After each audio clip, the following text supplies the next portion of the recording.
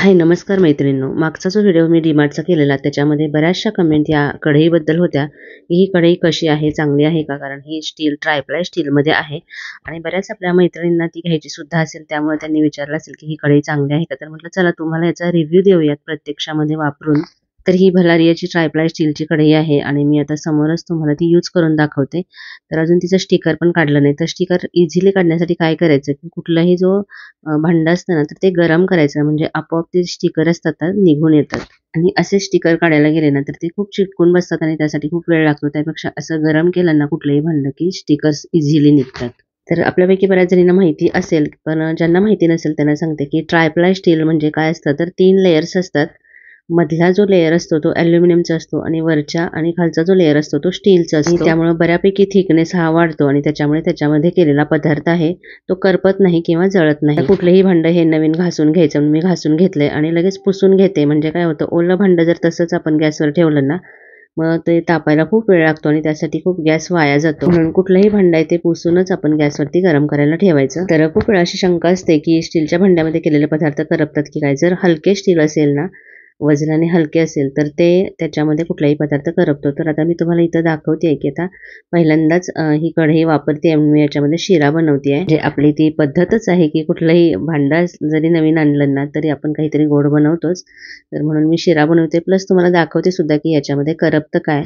तर आधी मी कोरडाच रवा भाजून घेतला आणि त्याच्यानंतर मग तूप टाकून भाजून घेतलाय. इथं मी शिरा कसा करायचा याची रेसिपी नाही दाखवते. तर कढई मध्ये कुठलाही पदार्थ केला तर तो करपतो का? तर जनरली आपण कुठलीही गोष्ट अशी पदार्थ भाजत असतो ना, तर ती करपण्याची शक्यता असते. तुम्ही बघितलंच की रवा अजिबात करपला नाही आणि चिकटलेला सुद्धा नाही. तर माझ्याकडे ज्या बाकीच्या ट्रायप्लायच्या कढई आहेत ना, त्या हॉकिन्सच्या आहेत आणि ही मी पहिल्यांदा भलारियाची घेतली.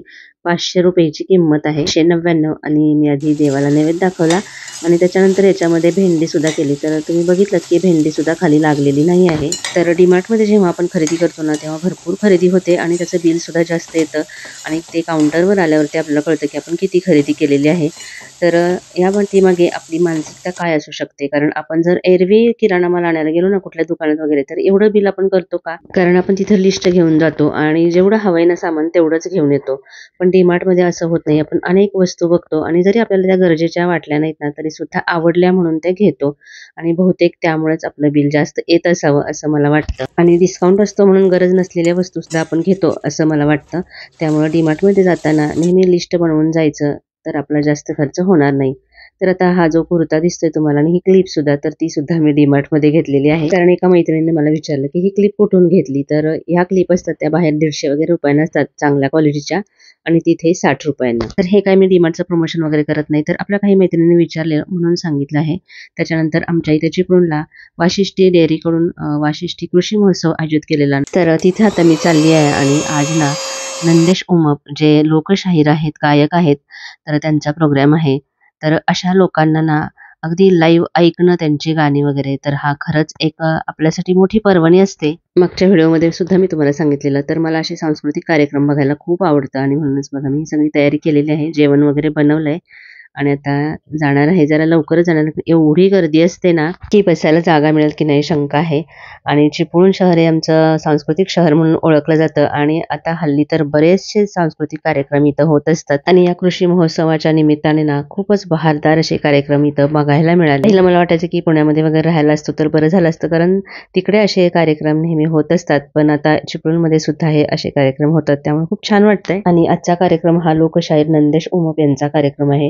पुढे मी तुम्हाला थोड्याशा क्लिप त्याच्यामधल्या दाखवेनच. खरंच खूप छान कार्यक्रम झाला आणि मला पहिल्यापासूनच असे कार्यक्रम आवडतात, अगदी कॉलेजपासून. आमच्या कॉलेजमध्ये तर एकदा मंगेश पाडगावकर आले होते आणि त्यांना समोरून ऐकण्याची, त्यांच्या कविता ऐकण्याची संधी आम्हाला मिळालेली. तुम्ही मला नेहमी विचारता की मी पुस्तकं कुठली वाचते, तर पुस्तकं तर मी वाचतेच, पण असे जे कार्यक्रम असतात अशा लोकांना समोरून ऐकून जे आपल्याला ज्ञान मिळतं ना, त्याने आपण सांस्कृतिकदृष्ट्या अधिक प्रगल्भ होतो. तर मी आणि माझी मैत्रीण विशाखा आम्ही या कार्यक्रमाला निघालेलो आहोत आणि आता तुम्हीच बघा गर्दी केवढी आहे. आणि हे प्रदर्शन होतं ऍक्च्युली, खूप सारे स्टॉल पण होते, पण गर्दी एवढी होती की तिथं कॅमेरा काढून काही शूट करणं अजिबात शक्य नव्हतं. खरंच खूप छान प्रदर्शन होतं आणि मी इथं 2-3 वस्तू सुद्धा घेतल्या, त्या मी तुम्हाला नंतर दाखवेन. पण आता तुम्ही गर्दी बघताय आणि अर्धा तास आधी, कार्यक्रमाच्या आधी आम्ही निघालेलो, तरी सुद्धा बघा फुल झालंय सगळं स्टेडियम.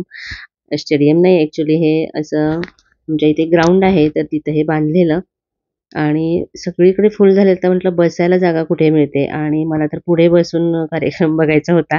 आणि बघा आम्ही शोधत शोधत गेलो आणि लकीली पुढे ना 2-3 खुर्च्या रिकाम्या होत्या अगदी पुढच्या रांगेमध्ये आणि मग तिथे जाऊन आम्ही बसलो. म्हणजे एवढ्या गर्दीत सुद्धा त्या 2-3 खुर्च्या कशा काय रिकाम्या राहिलेल्या काय माहिती. पण बघा आपल्याला इच्छा असली ना एखादी गोष्ट करायची किंवा आता मला ही अगदी समोर बसून हा कार्यक्रम बघायचा आणि बसायला जागा मिळाली अगदी पुढच्या रांगेत याचा आनंद काही वेगळाच. कारण 3 तासांचा तरी कार्यक्रम असणार होता. त्याच्यानंतर शाहीर नंदेशचे उमप आले आणि खरंच एवढा सुंदर कार्यक्रम आहे हा. त्यांचा पोवाडा जो आपण 26 जानेवारीला बघितलेला आणि अफजल खान वादाचा जो पोवाडा आहे ना तो ऐकताना तर अक्षरशः रोमांच उभे राहतात. ज्या प्रकारे ते पारंपरिक आपली गाणी असतात ते म्हणतात ना तर ते तर अगदी आपल्याला मंत्रमुग्ध करून टाकतात. आणि हे 2 निवेदक पण चांगले होते जे आपण टीव्ही वरती वगैरे बऱ्याच वेळांना बघतो.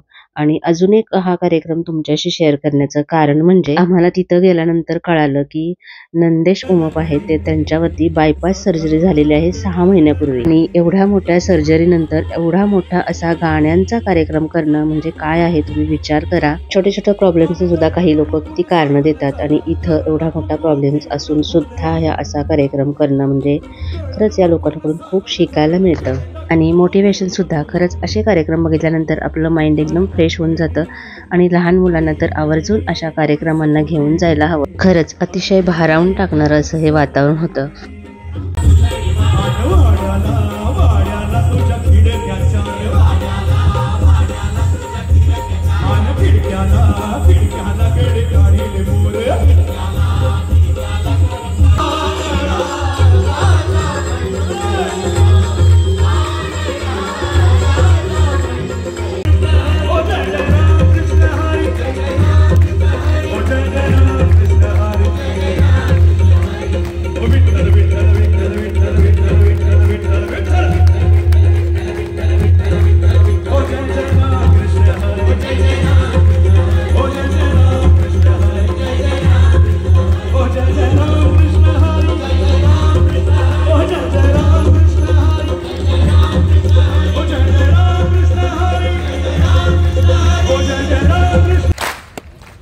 त्याच्यानंतर ही ढोलकीची आणि टाळ्यांची जुगलबंदी बघायला तर खूपच मजा आली. एवढा सगळा प्रेक्षक वर्ग असतो ना तेव्हा एक वेगळंच वातावरण तयार होतं. हा पोवाडा तर प्रत्येकाने आवर्जून ऐकायला बघायला हवा असाच. प्रत्यक्षात जेव्हा हा कार्यक्रम कधी बघायची संधी मिळेल तेव्हा अजिबात सोडू नका कारण ही एक सांस्कृतिक पर्वणी आहे.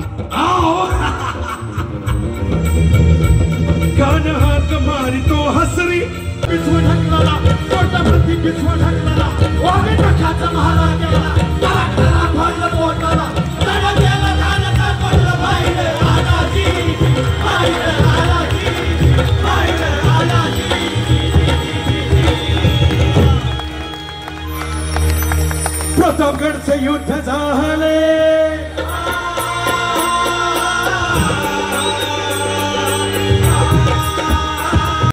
तर आजचा हा व्हिडिओ कसा वाटला हे मला नक्की कमेंट करून सांगा आणि त्याचा व्हिडिओला लाईक करायला अजिबात विसरू नका. पुन्हा भेटूया अशाच एखाद्या छानशा व्हिडिओसह. तोपर्यंत खुश राहा, आनंदी राहा.